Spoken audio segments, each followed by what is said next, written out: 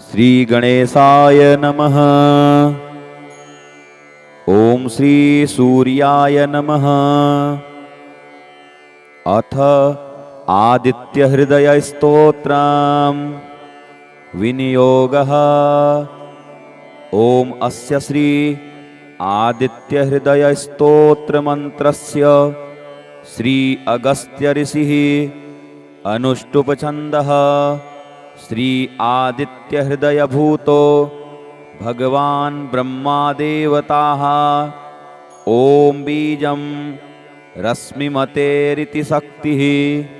ओम तत्सवितुरित्यादि गायत्री कीलकम् निरस्ताशेष विघ्नतया ब्रह्म विद्या सिद्धौ सर्वत्र जय सिद्धौ च पाठे विनियोगः।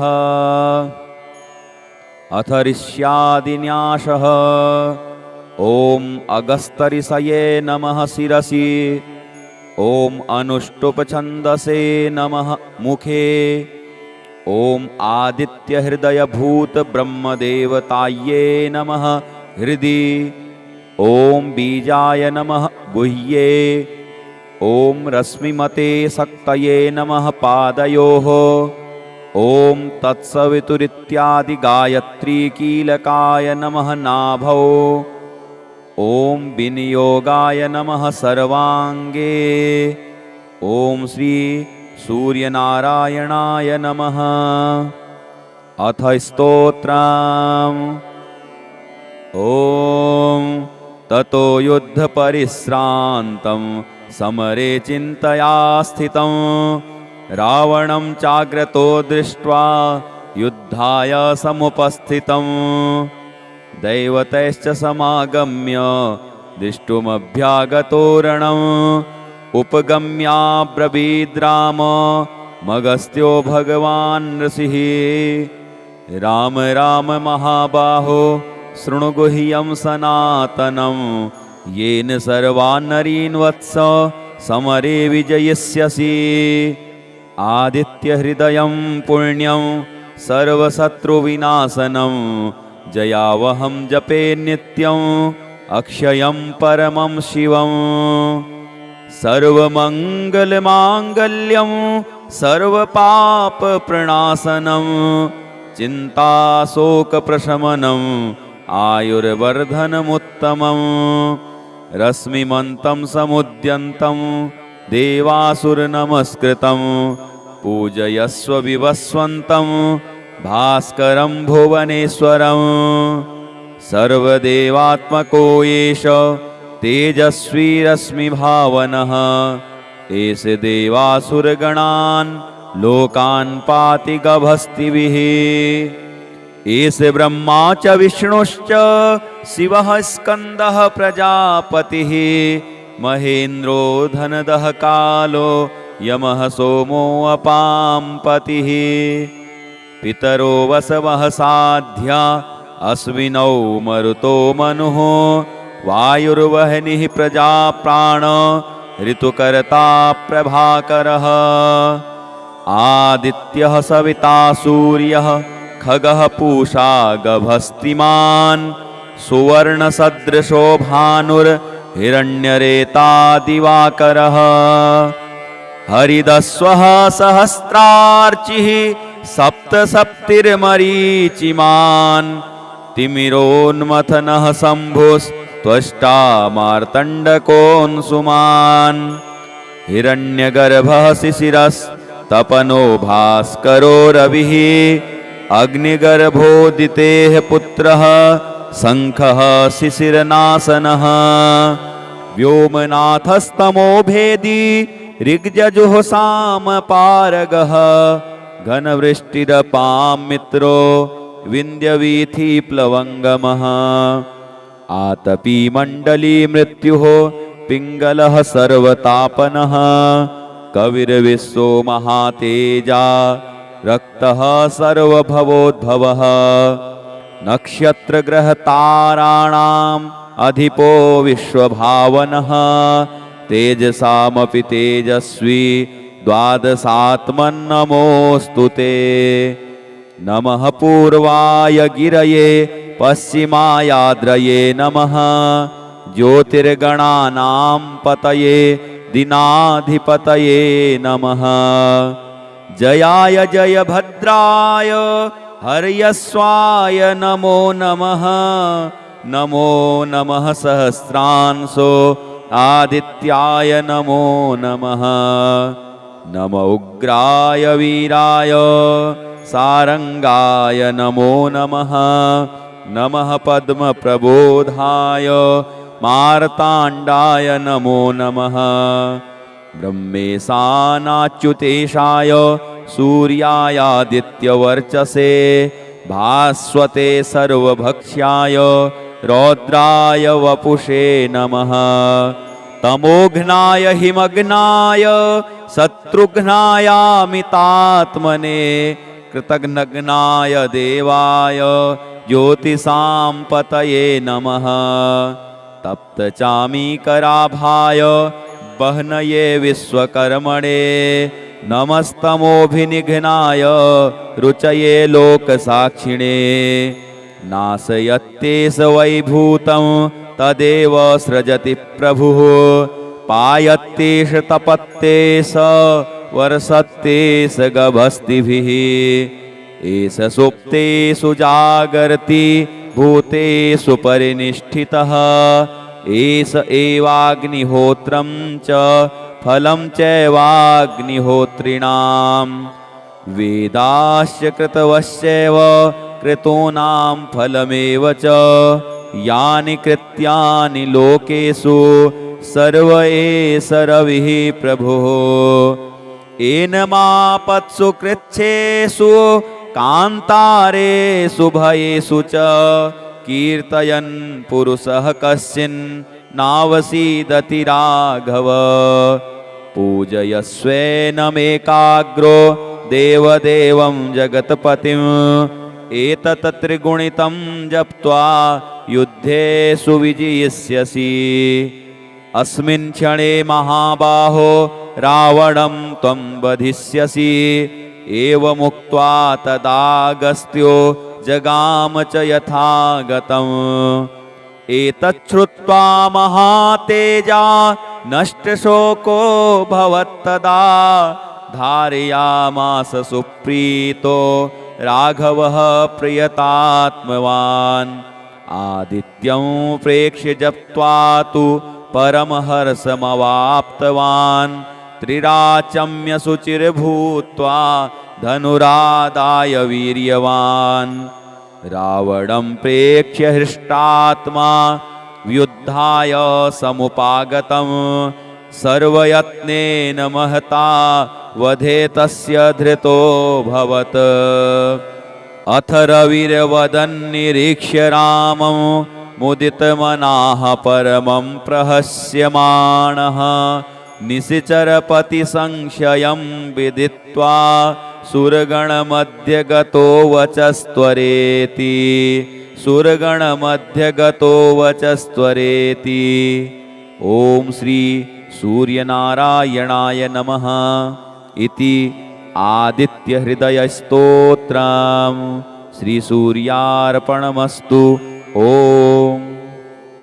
अथ आदित्यहृदयस्तोत्रं विनियोगः ॐ अस्य श्री आदित्यहृदयस्तोत्रमन्त्रस्य श्री अगस्त्यऋषिः अनुष्टुप्छन्दः श्री आदित्यहृदयभूतो भगवान् ब्रह्मादेवताः ॐ बीजं रश्मिमतेरिति शक्तिः ॐ तत्सवितुरित्यादिगायत्रीकीलकं निरस्ताशेष विघ्नतया ब्रह्मविद्यासिद्धौ सर्वत्र जयसिद्धौ च पाठे विनियोगः अथ ऋष्यादिन्यासः ॐ अगस्त्यऋषये नमः शिरसि ॐ अनुष्टुप्छन्दसे नमः मुखे ॐ आदित्यहृदयभूतब्रह्मदेवतायै नमः हृदि ॐ बीजाय नमः गुह्ये। ॐ रश्मिमते शक्तये नमः पादयोः। ॐ तत्सवितुरित्यादि गायत्री कीलकाय नमः नाभौ। ॐ विनियोगाय नमः सर्वाङ्गे। ॐ श्री सूर्यनारायणाय नमः। अथ स्तोत्रम्। ॐ ततो युद्धपरिश्रान्तं समरे चिन्तया स्थितं रावणं चाग्रतो दृष्ट्वा युद्धाय समुपस्थितं दैवतैश्च समागम्य दृष्टुमभ्यागतो रणम् उपगम्याब्रवीद्राम मगस्त्यो भगवान् ऋषिः। राम राम महाबाहो शृणु गुह्यं सनातनं येन सर्वान् नरीन् वत्स समरे विजयिष्यसि। आदित्यहृदयं पुण्यं सर्वशत्रुविनाशनं जयावहं जपे नित्यं अक्षयं परमं शिवं। सर्वमङ्गलमाङ्गल्यं सर्वपापप्रणाशनं चिन्ताशोकप्रशमनम् आयुर्वर्धनमुत्तमं। रश्मिमन्तं समुद्यन्तं देवासुरनमस्कृतं पूजयस्व विवस्वन्तं भास्करं भुवनेश्वरं। सर्वदेवात्मको एष तेजस्वी रश्मिभावनः एष देवासुरगणान् लोकान् पाति गभस्तिभिः। एष ब्रह्मा च विष्णुश्च शिवः स्कन्दः प्रजापतिः महेन्द्रो धनदः कालो यमः सोमो अपाम्पतिः। पितरो वसवः साध्या अश्विनौ मरुतो मनुः वायुर्वह्निः प्रजाप्राण ऋतुकर्ता प्रभाकरः।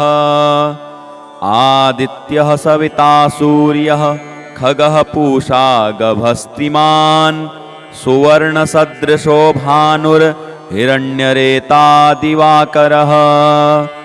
हरिदस्वः सहस्रार्चिः सप्तसप्तिर्मरीचिमान् तिमिरोन्मथनः शम्भुस्त्वष्टा मार्तण्डकोऽंशुमान्। हिरण्यगर्भः शिशिरस्तपनो भास्करो रविः अग्निगर्भोदितेः पुत्रः शङ्खः शिशिरनाशनः। व्योमनाथस्तमो भेदी ऋग्यजुःसामपारगः घनवृष्टिरपां मित्रो विन्ध्यवीथिप्लवङ्गमः।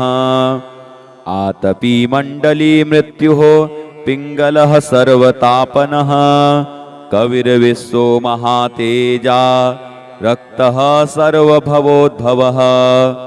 नक्षत्रग्रहताराणाम् अधिपो विश्वभावनः तेजसामपि तेजस्वी द्वादशात्मन्नमोऽस्तु ते। नमः पूर्वाय गिरये पश्चिमायाद्रये नमः ज्योतिर्गणानां पतये दिनाधिपतये नमः। जयाय जयभद्राय हर्यस्वाय नमो नमः।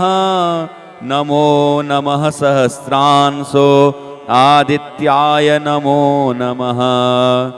नम उग्राय वीराय सारंगाय नमो नमः। नमः पद्मप्रबोधाय मार्ताण्डाय नमो नमः। ब्रह्मेशानाच्युतेशाय सूर्यायादित्यवर्चसे भास्वते सर्वभक्ष्याय रौद्राय वपुषे नमः।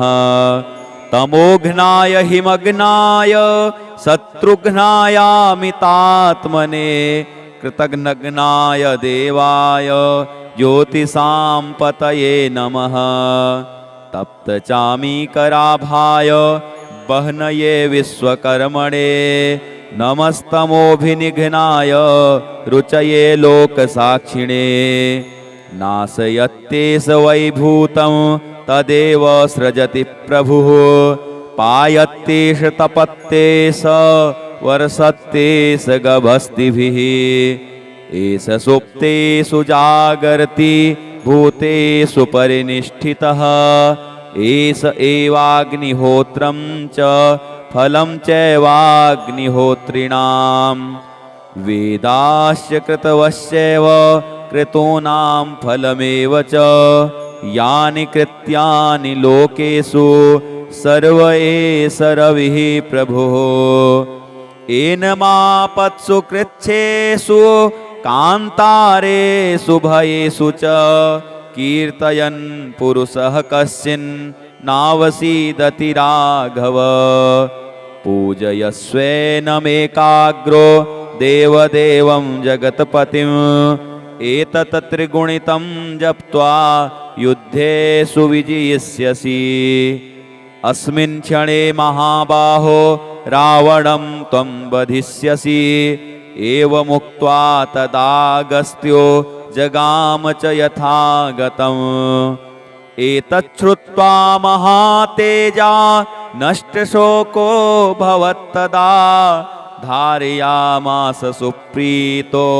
राघवः प्रियतात्मवान् आदित्यं प्रेक्ष्य जप्त्वा तु परमहर्षमवाप्तवान् त्रिराचम्य शुचिर्भूत्वा धनुरादाय वीर्यवान् रावणं प्रेक्ष्य हृष्टात्मा युद्धाय समुपागतम् सर्वयत्नेन महता वधे तस्य धृतोऽभवत् अथ रविर्वदन्निरीक्ष्य रामं मुदितमनाः परमं प्रहस्यमाणः निशिचरपतिसंशयं विदित्वा सुरगणमध्यगतो वचस्त्वरेति सुरगणमध्यगतो वचस्त्वरेति ॐ श्री सूर्यनारायणाय नमः इति आदित्यहृदयस्तोत्रम् श्रीसूर्यार्पणमस्तु ॐ अथ आदित्यहृदयस्तोत्रम् विनियोगः ॐ अस्य श्री आदित्यहृदयस्तोत्रमन्त्रस्य श्री अगस्त्यऋषिः अनुष्टुप्छन्दः श्री आदित्यहृदयभूतो भगवान् ब्रह्मादेवताः ॐ बीजं रश्मिमतेरिति शक्तिः ॐ तत्सवितुरित्यादिगायत्रीकीलकं निरस्ताशेष विघ्नतया ब्रह्मविद्यासिद्धौ सर्वत्र जयसिद्धौ च पाठे विनियोगः अथ ऋष्यादिन्यासः ॐ अगस्त्यऋषये नमः शिरसि ॐ अनुष्टुप्छन्दसे नमः मुखे ॐ आदित्यहृदयभूतब्रह्मदेवतायै नमः हृदि ॐ बीजाय नमः गुह्ये ॐ रश्मिमते शक्तये नमः पादयोः ॐ तत्सवितुरित्यादिगायत्रीकीलकाय नमः नाभौ ॐ विनियोगाय नमः सर्वाङ्गे ॐ श्री सूर्यनारायणाय नमः अथ स्तोत्रम् ॐ ततो युद्धपरिश्रान्तं समरे चिन्तया स्थितं रावणं चाग्रतो दृष्ट्वा युद्धाय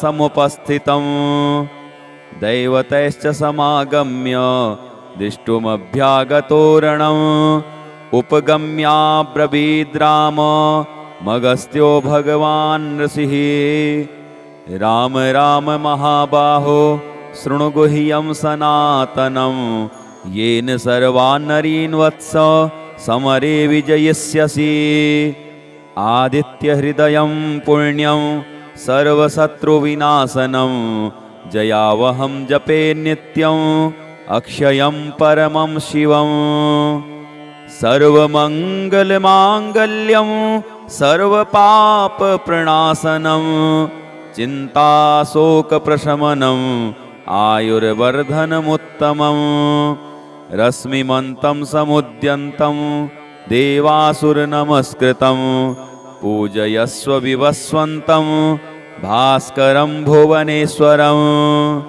सर्वदेवात्मको एष तेजस्वी रश्मिभावनः एष देवासुरगणान् लोकान् पाति गभस्तिभिः एष ब्रह्मा च विष्णुश्च शिवः स्कन्दः प्रजापतिः महेन्द्रो धनदः कालो यमः सोमो अपां पतिः पितरो वसवः साध्या अश्विनौ मरुतो मनुः वायुर्वह्निः प्रजाप्राण ऋतुकर्ता प्रभाकरः आदित्यः सविता सूर्यः खगः पूषा गभस्तिमान् सुवर्णसदृशो भानुर्हिरण्यरेता दिवाकरः हरिदस्वः सहस्रार्चिः सप्तसप्तिर्मरीचिमान्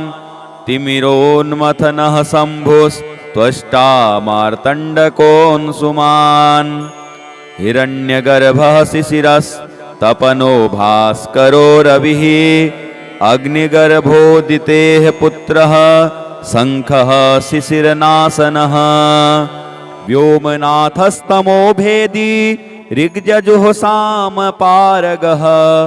घनवृष्टिरपां मित्रो विन्ध्यवीथिप्लवङ्गमः आतपी मण्डली मृत्युः पिङ्गलः सर्वतापनः कविर्विश्वो महातेजा रक्तः सर्वभवोद्भवः नक्षत्रग्रहताराणाम् अधिपो विश्वभावनः तेजसामपि तेजस्वी द्वादशात्मन्नमोऽस्तु ते नमः पूर्वाय गिरये पश्चिमायाद्रये नमः ज्योतिर्गणानां पतये दिनाधिपतये नमः जयाय जयभद्राय हर्यस्वाय नमो नमः नमो नमः सहस्रांशो आदित्याय नमो नमः नम उग्राय वीराय सारंगाय नमो नमः नमः पद्मप्रबोधाय मार्ताण्डाय नमो नमः ब्रह्मेशानाच्युतेशाय सूर्यायादित्यवर्चसे भास्वते सर्वभक्ष्याय रौद्राय वपुषे नमः तमोघ्नाय हिमग्नाय शत्रुघ्नायामितात्मने कृतघ्नघ्नाय देवाय ज्योतिषां पतये नमः तप्तचामीकराभाय बह्नये विश्वकर्मणे नमस्तमोभिनिघ्नाय रुचये लोकसाक्षिणे नाशयत्येष वैभूतं तदेव सृजति प्रभुः पायत्येष तपत्येष वर्षत्येष गभस्तिभिः एष सुप्तेषु जागर्ति भूतेषु परिनिष्ठितः एष एवाग्निहोत्रं च फलं चैवाग्निहोत्रिणां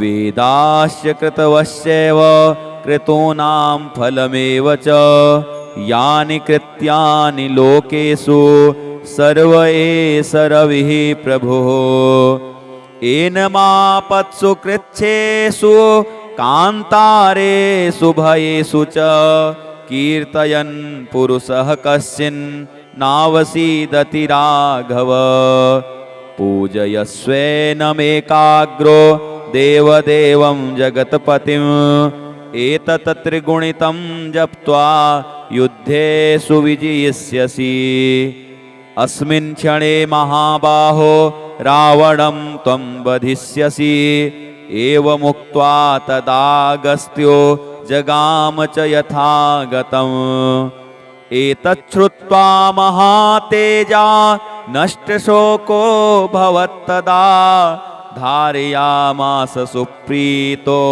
राघवः प्रियतात्मवान् आदित्यं प्रेक्ष्य जप्त्वा तु परमहर्षमवाप्तवान् त्रिराचम्य शुचिर्भूत्वा धनुरादाय वीर्यवान् रावणं प्रेक्ष्य हृष्टात्मा व्युद्धाय समुपागतं सर्वयत्नेन महता वधे तस्य धृतोऽभवत् अथ रविर्वदन्निरीक्ष्य रामं मुदितमनाः परमं प्रहस्यमाणः निशिचरपतिसंशयं विदित्वा सुरगणमध्यगतो वचस्त्वरेति सुरगणमध्यगतो वचस्त्वरेति। ॐ श्री सूर्यनारायणाय नमः इति आदित्यहृदयस्तोत्रम् श्रीसूर्यार्पणमस्तु। ॐ अथ आदित्यहृदयस्तोत्रम् विनियोगः।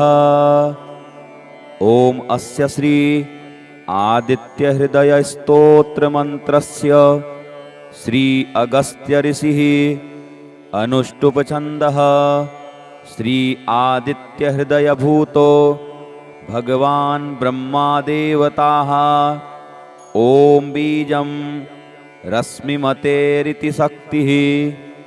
ॐ तत्सवितुरित्यादिगायत्रीकीलकं निरस्ताशेष विघ्नतया ब्रह्मविद्यासिद्धौ सर्वत्र जयसिद्धौ च पाठे विनियोगः।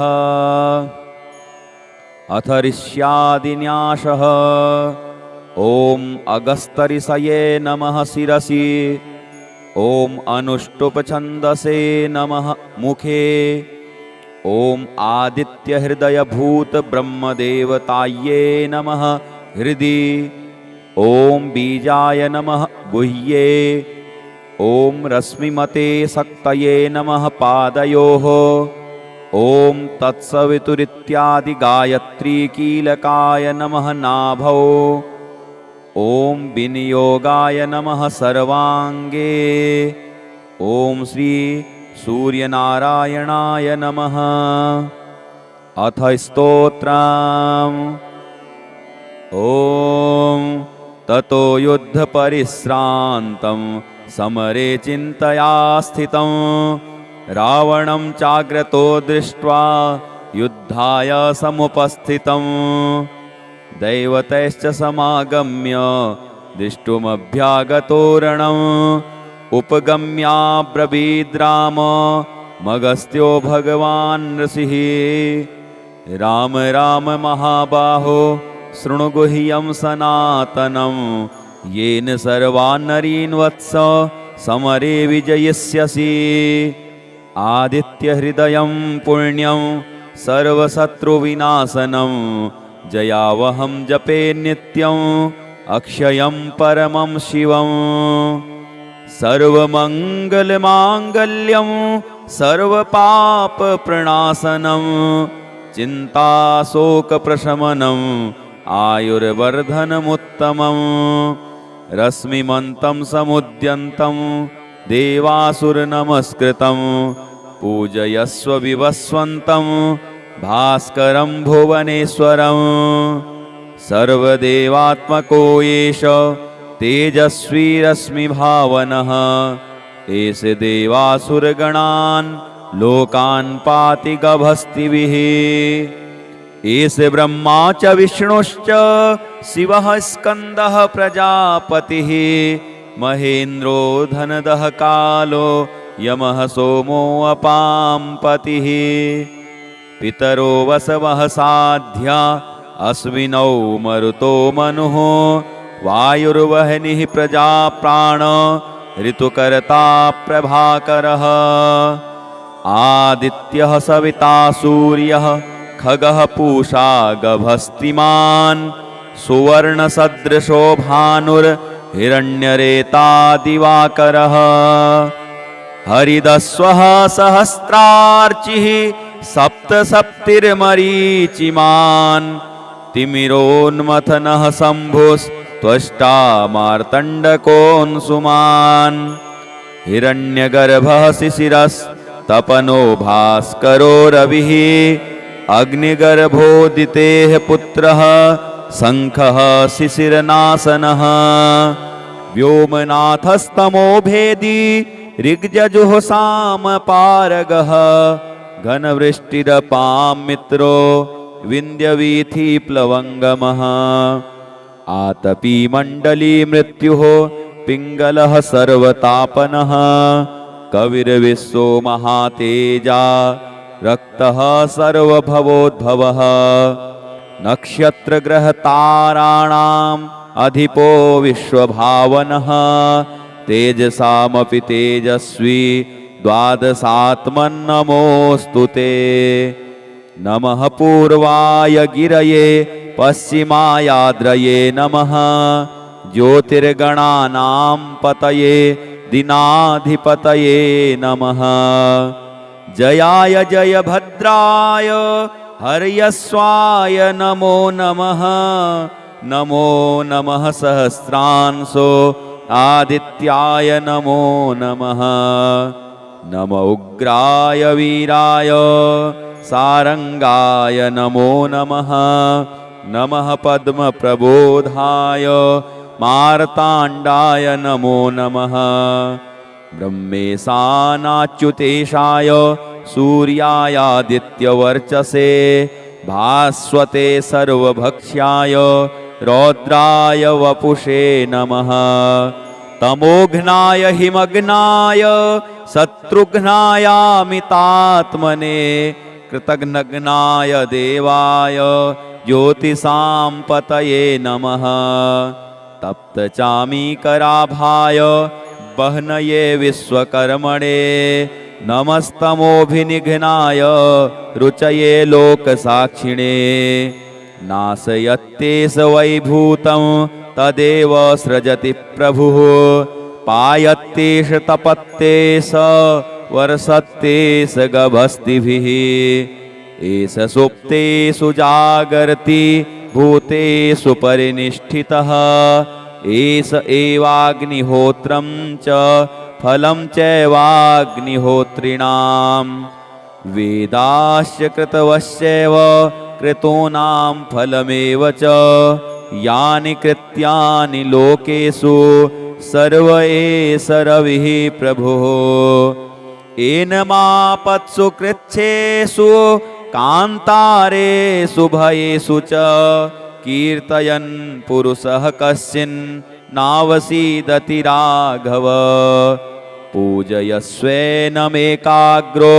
देवदेवं जगत्पतिम् एतत् त्रिगुणितं जप्त्वा युद्धेषु विजयिष्यसि अस्मिन् क्षणे महाबाहो रावणं त्वं वधिष्यसि एवमुक्त्वा तदागस्त्यो जगाम च यथागतम् एतच्छ्रुत्वा महातेजा नष्टशोको भवत्तदा धारयामास सुप्रीतो राघवः प्रियतात्मवान् आदित्यं प्रेक्ष्य जप्त्वा तु परमहर्षमवाप्तवान् त्रिराचम्य शुचिर्भूत्वा धनुरादाय वीर्यवान् रावणं प्रेक्ष्य हृष्टात्मा युद्धाय समुपागतं सर्वयत्नेन महता वधे तस्य धृतोऽभवत् अथ रविर्वदन्निरीक्ष्य रामं मुदितमनाः परमं प्रहस्यमाणः निशिचरपतिसंशयं विदित्वा सुरगणमध्यगतो वचस्त्वरेति सुरगणमध्यगतो वचस्त्वरेति ॐ श्री सूर्यनारायणाय नमः इति आदित्यहृदयस्तोत्रम् श्रीसूर्यार्पणमस्तु ॐ अथ आदित्यहृदयस्तोत्रम् विनियोगः।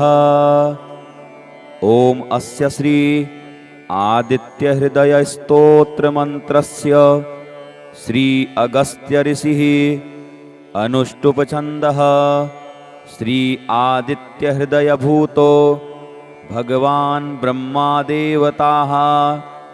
ॐ बीजं रश्मिमतेरिति शक्तिः। ॐ तत्सवितुरित्यादिगायत्रीकीलकं निरस्ताशेष विघ्नतया ब्रह्मविद्यासिद्धौ सर्वत्र जयसिद्धौ च पाठे विनियोगः। अथर्ष्यादिन्यासः। ॐ अगस्त्यऋषये नमः शिरसि। ॐ अनुष्टुप्छन्दसे नमः मुखे। ॐ आदित्यहृदयभूतब्रह्मदेवतायै नमः हृदि। ॐ बीजाय नमः गुह्ये। ॐ रश्मिमते शक्तये नमः पादयोः। ॐ तत्सवितुरित्यादिगायत्रीकीलकाय नमः नाभौ। ॐ विनियोगाय नमः सर्वाङ्गे। ॐ श्री सूर्यनारायणाय नमः। अथ स्तोत्रम्। ॐ ततो युद्धपरिश्रान्तं समरे चिन्तया स्थितं रावणं चाग्रतो दृष्ट्वा युद्धाय समुपस्थितं दैवतैश्च समागम्य दृष्टुमभ्यागतो रणम् उपगम्याब्रवीद्राम मगस्त्यो भगवान् ऋषिः। राम राम महाबाहो शृणु गुह्यं सनातनं येन सर्वान् नरीन् वत्स समरे विजयिष्यसि। आदित्यहृदयं पुण्यं सर्वशत्रुविनाशनं जयावहं जपे नित्यं अक्षयं परमं शिवं। सर्वमङ्गलमाङ्गल्यं सर्वपापप्रणाशनं चिन्ताशोकप्रशमनं आयुर्वर्धनमुत्तमं। रश्मिमन्तं समुद्यन्तं देवासुरनमस्कृतं पूजयस्व विवस्वन्तं भास्करं भुवनेश्वरं। सर्वदेवात्मको एष तेजस्वी रश्मिभावनः एष देवासुरगणान् लोकान् पाति गभस्तिभिः। एष ब्रह्मा च विष्णुश्च शिवः स्कन्दः प्रजापतिः महेन्द्रो धनदः कालो यमः सोमो अपां पतिः।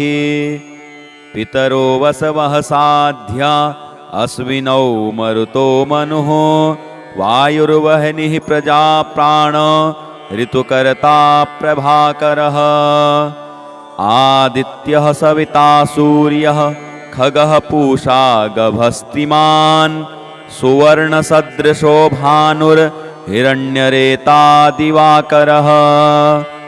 हरिदस्वः सहस्रार्चिः सप्तसप्तिर्मरीचिमान् तिमिरोन्मथनः शम्भुस्त्वष्टा मार्तण्डकोऽंशुमान्। हिरण्यगर्भः शिशिरस्तपनो भास्करो रविः अग्निगर्भोदितेः पुत्रः शङ्खः शिशिरनाशनः। व्योमनाथस्तमो भेदी ऋग्यजुः सामपारगः घनवृष्टिरपां मित्रो विन्ध्यवीथिप्लवङ्गमः। आतपी मण्डली मृत्युः पिङ्गलः सर्वतापनः कविर्विश्वो महातेजा रक्तः सर्वभवोद्भवः। नक्षत्रग्रहताराणाम् अधिपो विश्वभावनः तेजसामपि तेजस्वी द्वादशात्मन्नमोऽस्तु ते। नमः पूर्वाय गिरये पश्चिमायाद्रये नमः ज्योतिर्गणानां पतये दीनाधिपतये नमः। जयाय जयभद्राय हर्यस्वाय नमो नमः। नमो नमः सहस्रांशो आदित्याय नमो नमः। नम उग्राय वीराय सारंगाय नमो नमः। नमः पद्मप्रबोधाय मार्ताण्डाय नमो नमः। ब्रह्मेशानाच्युतेशाय सूर्यायादित्यवर्चसे भास्वते सर्वभक्ष्याय रौद्राय वपुषे नमः। तमोघ्नाय हिमग्नाय शत्रुघ्नायामितात्मने कृतघ्नघ्नाय देवाय ज्योतिषां पतये नमः। तप्तचामीकराभाय बह्नये विश्वकर्मणे नमस्तमोभिनिघ्नाय रुचये लोकसाक्षिणे। नाशयत्येष वैभूतं तदेव सृजति प्रभुः पायत्येष तपत्येष वर्षत्येष गभस्तिभिः। एष सुप्तेषु जागर्ति भूतेषु परिनिष्ठितः एष एवाग्निहोत्रं च फलं चैवाग्निहोत्रिणां।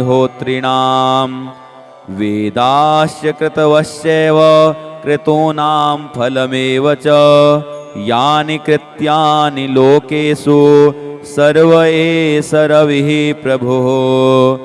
एनमापत्सु कृच्छ्रेषु कान्तारेषु भयेषु च कीर्तयन् पुरुषः कश्चिन् नावसीदति राघव। पूजयस्वेनमेकाग्रो देवदेवं जगत्पतिम् एतत् त्रिगुणितं जप्त्वा युद्धेषु विजयिष्यसि। अस्मिन् क्षणे महाबाहो रावणं त्वं वधिष्यसि।